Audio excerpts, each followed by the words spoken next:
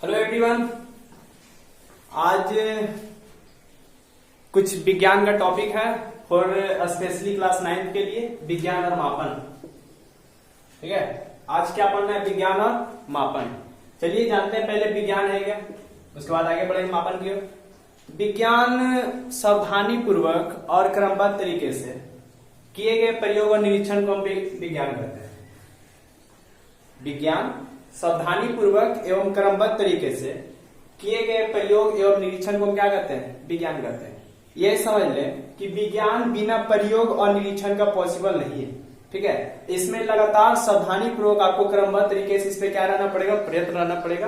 वही प्रक्रिया हमारा क्या कहलाता है? विज्ञान कहलाता है।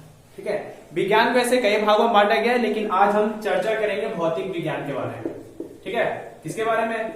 भौतिक विज्ञान के बारे में। भौतिक विज्ञान को दो भागों में बांटा गया। ठीक है, भौतिक विज्ञान को कितने भागों में? दो भागों में। एक भौतिकी, जिसे हम लोग फिजिक्स इंग्लिश वर्ड में इसका यूज करते हैं। दूसरा हो गया रसायन विज्ञान। दूसरा हो गया रसायन विज्ञान, जिसको हम लोग केमिस्ट्री यूज करते हैं। ठीक है, केमिस्ट्री का अध्ययन किसी दिन विशेष क्लास में करेंगे। आज भौतिकी के बारे में कुछ जान लें। ठीक है, तो भौतिकी है क्या? तो भौतिकी विज्ञान की वह शाखा जिसके अंतर्गत हम लोग द्रव्यमान, ऊर्जा, गति, बल, नियम आदि का हम लोग अध्ययन करते हैं। हमारा क्या कहलाता है? भौतिकी कहलाता है। एक बार फिर से, ठीक है, भौतिकी विज्ञान की वह शाखा है जिसके अंतर्गत द्रव्यमान, ऊर्जा, गति, बल आदि का हम लोग क्या करते हैं? अध्ययन करते हैं। वो हमारा क्या कहलाता है? भौतिकी कहलाता है। ठीक है, भौतिकी यानी फिजिक्स शब्द का प्रयोग, फिजिक्स शब्द का प्रयोग सबसे पहले एक वैज्ञानिक है अरस्तु। क्या नाम है उसका? अरस्तु। तो भौतिकी फिजिक्स शब्द का प्रयोग सबसे पहले किसने किया था? अरस्तु ने किया था। यानी इसके जनक में हम किसको कहते हैं? अरस्तु को ही कहते हैं। फिजिक्स का जनक कौन है? अरस्तु है। और यह फिजिक्स को दो भागों में बांटा गया। कितने भागों में? दो भागों में। कौन कौन? तो ध्यान दीजिएगा, 1900 ईस्वी। कितने ईस्वी? 1900 ईस्वी के पहले के फिजिक्स को प्राचीन physics, ancient physics, Newton physics और क्लासिकल फिजिक्स कहते हैं। 1900 ईस्वी के पहले फिजिक्स को क्या कहते हैं? Newton physics, Newton physics, classical physics या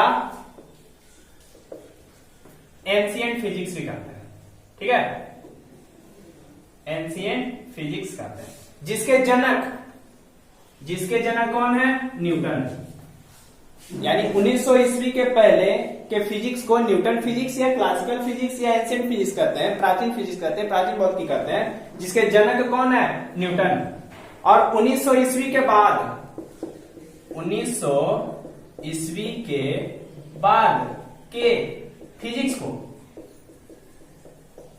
मॉडर्न फिजिक्स, कैसा फिजिक्स? मॉडर्न फिजिक्स कहते हैं। जिसके जनक आपका Albert Einstein, Albert Einstein. Modern physics का जनक कौन है? Albert Einstein. जबकि एंशिएंट फिजिक्स का जनक कौन है? Newton, sir Isaac Newton. ठीक है, चलिए विज्ञान परिभाषा जान लिए। विज्ञान को कई भागों में बांटा गया है, जिसमें से आपका एक भौतिक विज्ञान है। भौतिक विज्ञान को दो भागों में बांटा गया है, एक भौतिकी, एक रसायन विज्ञान। भौतिकी किसे कहते हैं? तो विज्ञान की वह शाखा जिसके अंतर्गत द्रव्यमान, गति, ऊर्जा, बल आदि का हम लोग अध्ययन करते हैं। हमारा क्या कहलाता है? भौतिकी कहलाता है। भौतिकी को दो भागों में बांटा गया है। कौन कौन? पहला हो गया आपका 1900 ईस्वी के पहले के फिजिक्स को न्यूटन फिजिक्स या क्लासिकल फिजिक्स या एंशिएंट फिजिक्स कहते हैं। जिसके जनक आपका कौन हो गए? न्यूटन हो गए। दूसरा भाग हो गया आपका 1900 ईस्वी के बाद के फिजिक्स को मॉडर्न फिजिक्स कहते हैं। जिसके जनक कौन हो गए? Albert Einstein. ये हो गया आपका विज्ञान का इंट्रोडक्शन थोड़ा बहुत। अब इसके बाद इसका मापन का भी गणना हम करेंगे। ठीक है, इसके लिए हम आगे बढ़ते हैं। चलिए,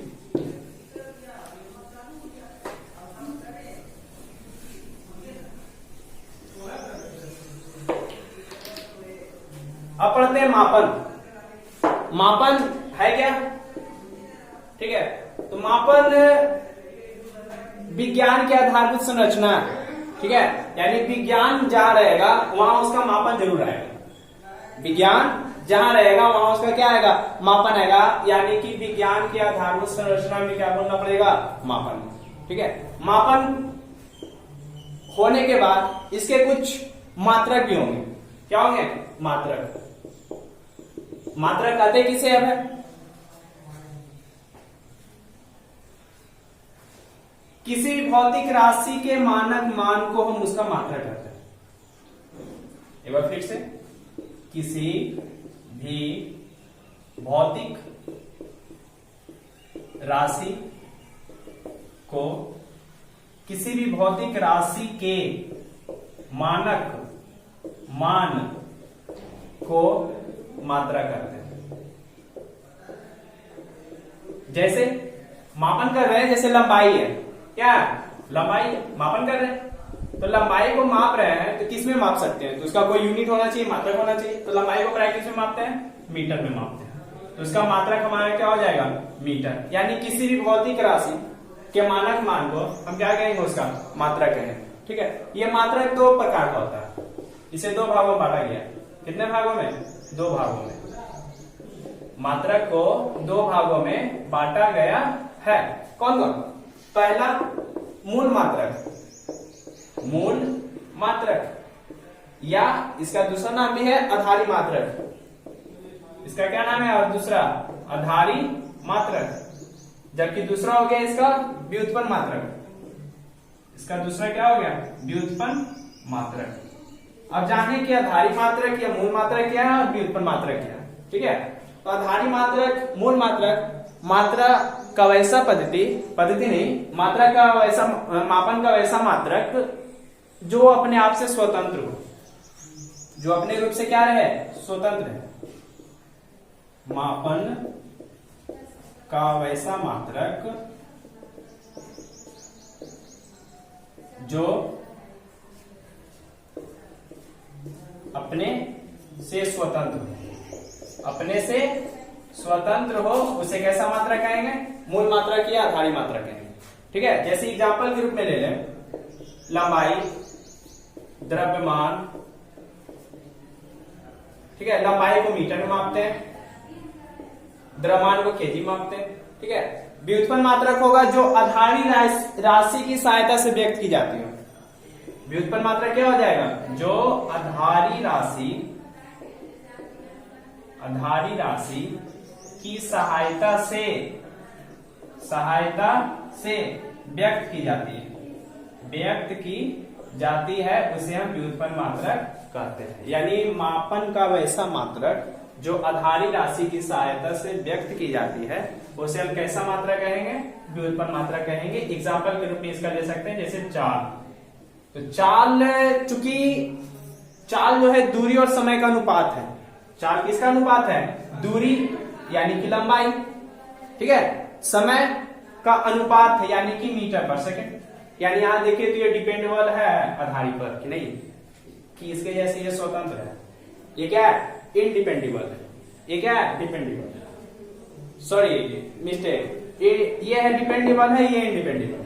यानी ये अपने आप में स्वतंत्र है, ये क्या है? स्वतंत्र नहीं है। किस पर आधारित है? ये आधारी पर आधारित। ठीक है, चलिए अब आगे बढ़ते हैं। एक बार ध्यान से इसको देख लीजिए एक बार।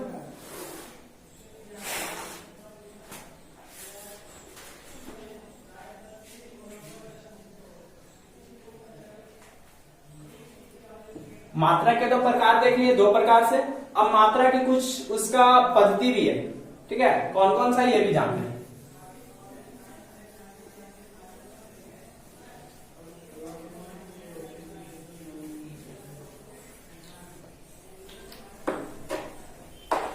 अब अगला टॉपिक आपका है मात्रक के पद्धतियां। मात्रकों के पद्धतियां प्राय इसको चार भागों में बांटा गया। कितने प्रकार है इसके? चार। कौन कौन? पहला सीजीएस, दूसरा एफटीएस, तीसरा MKS and last four is SI. अब जानिए सीजीएस क्या है, एफपीएस क्या है, एमकेएस क्या है और एसआई क्या है। सीजीएस यानी कि सेंटीग्राम, सेंटीमीटर, ग्राम और सेकेंड। सीजीएस यानी कि सेंटीमीटर, ग्राम, सेकेंड। एफपीएस यानी कि फुट, पाउंड, सेकेंड। एमकेएस का मतलब हो गया मीटर, किलोग्राम, सेकेंड। और एसआई यूनिट इंटरनेशनल सिस्टम है। ये कुछ अलग है, इसके बारे में चर्चा हम जरूर अभी तुरंत करने वाले हैं। पहले पहला जान लें, ठीक है। सीजीएस है क्या, तो मापन की वैसा पद्धति, मापन की वैसा पद्धति जिसमें लंबाई को सेंटीमीटर में, लंबाई को किसमें, सेंटीमीटर में, द्रव्यमान को ग्राम में, समय को सेकेंड में मापते हैं, उसे हम सीजीएस पद्धति कहते हैं। फिर से एक बार, मापन की वैसी पद्धति जिसमें लंबाई को सेंटीमीटर, द्रव्यमान को ग्राम, समय को सेकेंड में मापते हैं, ठीक है, उसे हम कौन सा पद्धति कहते हैं, सीजीएस पद्धति कहते हैं। सीजीएस पद्धति को एक और पद्धति के नाम से भी जानते हैं, जिसका नाम है मीट्री पद्धति। इसका एक और पद्धति का नाम क्या है, मीट्री पद्धति, ठीक है। अब दूसरा पॉइंट है आपका एफपीएस पद्धति। एफपीएस पद्धति यानी कि मापन का वैसा पद्धति जिसमें लंबाई को फुट में, लंबाई को किसमें, फुट में, द्रव्यमान को पाउंड में, किसमें, पाउंड में, और समय को किसमें, सेकेंड में मापते हैं, उसे हम कैसा पद्धति कहेंगे, एफपीएस पद्धति कहेंगे। फिर से एक बार, मापन की वैसी पद्धति जिसमें लंबाई को फुट, द्रव्यमान को पाउंड, समय को सेकेंड में मापते हैं, उसे हम एफपीएस पद्धति कहते हैं। चूंकि एफपीएस पद्धति की शुरुआत सबसे पहले आपका ब्रिटेन से हुई थी, इसलिए इसे, इस पद्धति को ब्रिटिश पद्धति भी कहते हैं। कौन सा पद्धति कहते हैं इसे, ब्रिटिश पद्धति। इसके अलावा इसका एक और नाम है जिसका नाम है फ्रेंच। इस पद्धति का एक और नाम क्या है, फ्रेंच पद्धति, यानी इसे फ्रेंच पद्धति के नाम से भी जानते हैं। अब अगला टॉपिक है एमकेएस। तो एमकेएस में लंबाई को मीटर में, द्रव्यमान को किलोग्राम, जिसको केजी बोलते हैं, और समय को जो है सेकेंड में मापते हैं। समय को किस में मापते हैं, सेकेंड में मापते हैं। वो हमारा पद्धति क्या कहलाता है, एमकेएस पद्धति कहलाता है। अब लास्ट आ गया आपका एसआई यूनिट, ठीक है। तो एसआई यूनिट है क्या, तो एसआई यूनिट 1968 से 70 ईस्वी के बीच में, ठीक है, एक सम्मेलन हुआ था जिसे जिनेवा सम्मेलन, जिनेवा है, ठीक है, जिनेवा एक सम्मेलन बैठा था जिनेवा में, इसलिए उसे जिनेवा सम्मेलन बैठा। जिनेवा सम्मेलन हुआ 1968-70 के तहत इसका उद्गम हुआ एसआई यूनिट का। अब जानिए एसआई यूनिट क्यों लाया गया। एसआई यूनिट इसलिए लाया गया कि मात्रा के प्राय ये तीन पद्धति और पहले ऑलरेडी प्रचलित थी, यानी कि विश्व में कहीं जाने पर जो है अलग अलग मात्रा के मापन की पद्धति अलग अलग थी, जहां बहुत सारी कठिनाई उत्पन्न होती थी। जैसे ब्रिटेन में ले लिया जाए लंबाई को फुट में, तो कहीं लंबाई को सेंटीमीटर में, कहीं लंबाई को मीटर में, कहीं द्रव्यमान को पाउंड में, कहीं द्रव्यमान को केजी में, कहीं द्रव्यमान को ग्राम में, अलग अलग प्रकार से मापन होने के कारण काफी कठिनाइयों का सामना करना पड़ता था, जिसके लिए 1968-70 में एक सम्मेलन बैठा, जिनेवा सम्मेलन, जिसके द्वारा एक यूनिट का, इंटरनेशनल सिस्टमेटिक यूनिट का प्रतिपादन किया गया, जो अभी वर्तमान में पूरे वर्ल्ड में आपका अभी यही यूनिट का प्रचालन किया जाता है। यानी आप कहीं भी चले जाइए, लंबाई को मीटर में ही मापा जाता है, द्रव्यमान को केजी मापा जाता है। इसके कुछ 7 मूल मात्रक है, ठीक है, यानी वो 7 मूल मात्रक को आप कहीं भी चले जाइए, आपको उसका एसआई यूनिट पूछा जाएगा तो वही है। अगर ऐसा नहीं रहता तो कहीं लंबाई का सेंटीमीटर बोलना पड़ता, कहीं लंबाई को फुट बोलना पड़ता, कहीं लंबाई को मीटर बोलना पड़ता, इस ढंग से। लेकिन एसआई यूनिट होने के कारण सब जगह क्या हो गया, एक यूनिट का प्रचलन किया जाना है। अब इसका जानिए 7 मूल मात्रा कौन है और इसके 2 अन्य व्युत्पन्न मात्रक भी है, तो इसके बारे में देखते हैं। इसको पहले ध्यान से देख लीजिए एक बार, ठीक है।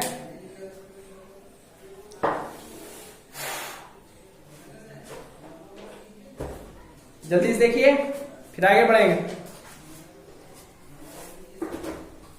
चलिए बढ़ते आगे।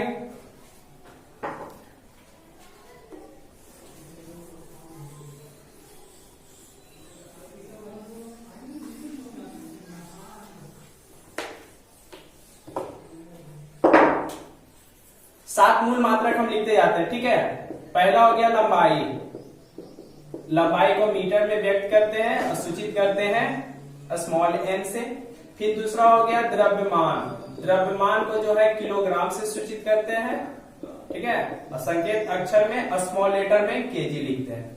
तीसरा हो गया आपका समय, समय को सेकंड में व्यक्त करते हैं और इसे स्मॉल लेटर ए से सूचित करते हैं। चौथा हो गया विद्युत धारा, विद्युत धारा को एम्पियर से सूचित करते हैं, कैपिटल ए।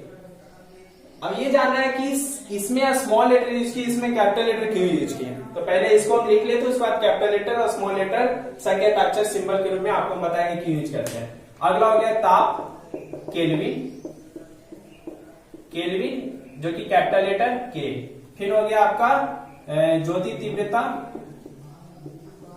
ज्योति तीव्रता कैंडेला जिसको बोलते हैं, कैंडेला, स्मॉल लेटर में सीडी।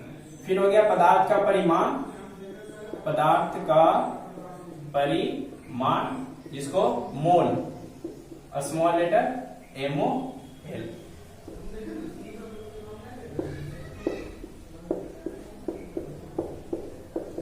और दो अन्य व्युत्पन्न मात्रक वो भी देख लें। एक हो गया समतल कोण,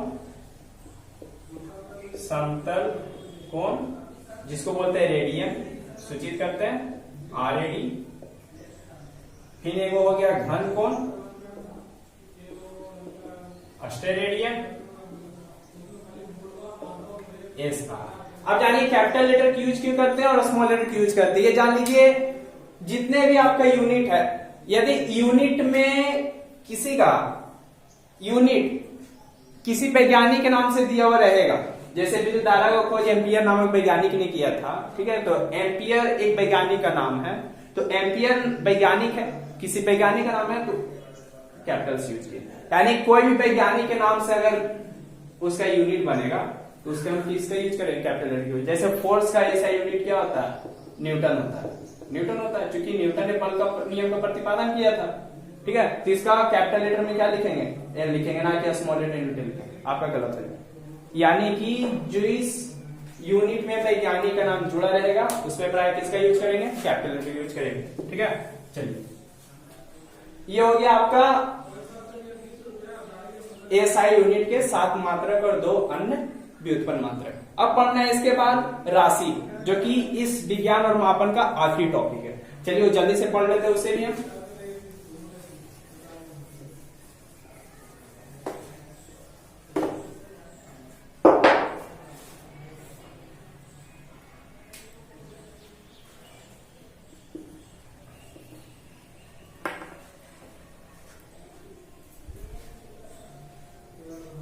चलिए देखिए राशि, राशि जानते होंगे जिससे हम संख्या में व्यक्त करते हैं, हमारा वो राशि कहलाता है। राशि की डिफिनेशन हम दे सकते हैं क्या, जिससे संख्या में व्यक्त किया जाता है।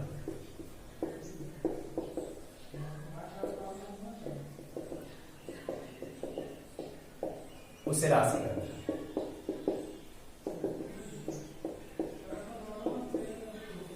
एक आपका भौतिक राशि आता है। ये भौतिक राशि 2 प्रकार का होता है, एक अदिश, क्योंकि हमें ये भी पढ़ना है, और एक सदिश, ठीक है। अदिश और सदिश क्या है ये भी जान लीजिए, राशि जान लीजिए, संख्या व्यक्त करते हैं, मूल मात्र भी पढ़ चुके हैं। अब जानना है भौतिक राशि में अदिश और सदिश राशि क्या है। तो वैसा भौतिक राशि जिसमें सिर्फ परिमाण का ज्ञात होता हो, यानी जिसमें सिर्फ संख्या यानी परिमाण का व्यक्त होता हो, ठीक है, उसे हम अदिश राशि कहते हैं। लेकिन जस्ट इसमें वैसा राशि, वैसा भौतिक राशि जिसमें परिमाण के साथ साथ संख्या के साथ साथ उसमें दिशा सूचक शब्द भी होना चाहिए, ठीक है, उसे हम कौन सा राशि कहेंगे, सदिश राशि। इसके कुछ उदाहरण है, इसके भी कुछ उदाहरण। सदिश राशि के कुछ उदाहरण, एक छोटा सा 2-4 मतलब एक वर्ड में लिख दें हम, ट्रिकी के रूप में, बबीता बेस है।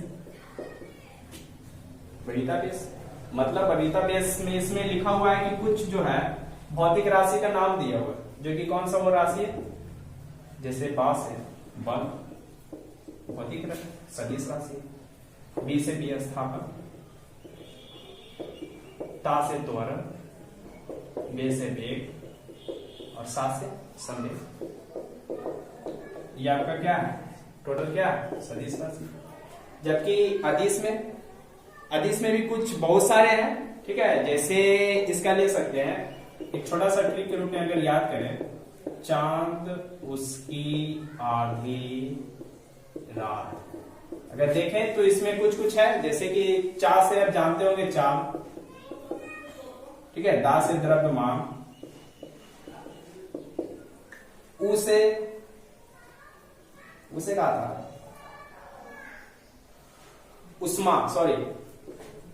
उष्मा या ऊर्जा। और सा से हो गया आपका समय, का से हो गया कार्य, और आ से हो गया आपका आयतन, और धा से हो गया विद्युत धारा, रा से कुछ नहीं, ता से हो गया आपका क्या,